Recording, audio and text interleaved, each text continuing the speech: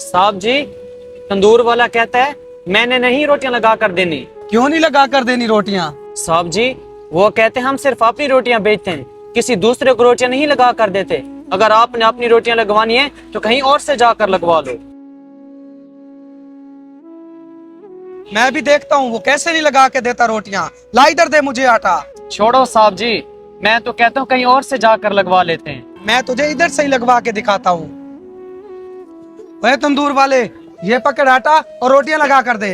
साहब हम सिर्फ अपनी रोटियां बेचते हैं, अगर हम किसी और की रोटियां लगाने लग गए तो हमारे असल काम में हर्ज होता है। कोई हर्ज नहीं होता, पहले तू ये रोटियां लगा दे। साहब ऐसा मुमकिन नहीं है, मैंने पहले भी आपको बोला है कि आप कहीं और से जाकर लगवा लें। तू शायद मुझे जानता नहीं है, मेरा बेटा सरकारी अफसर है। साहब मैं जानता हूँ, लेकिन असूल तो सबके लिए बराबर होते हैं ना।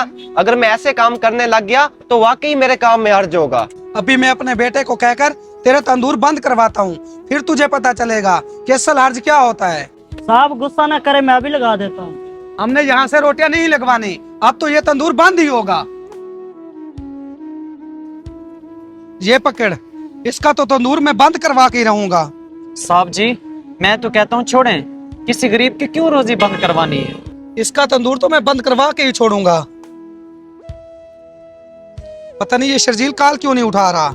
साहब जी, नमाज का टाइम है, शायद नमाज पढ़ने गया हो। हाँ हो सकता है, शायद नमाज पढ़ने गया हो। चलो हम भी चल के नमाज पढ़ते हैं, कहीं नमाज का टाइम ना गुजर जाए। ये रोटियां बाद में लगवा लेंगे।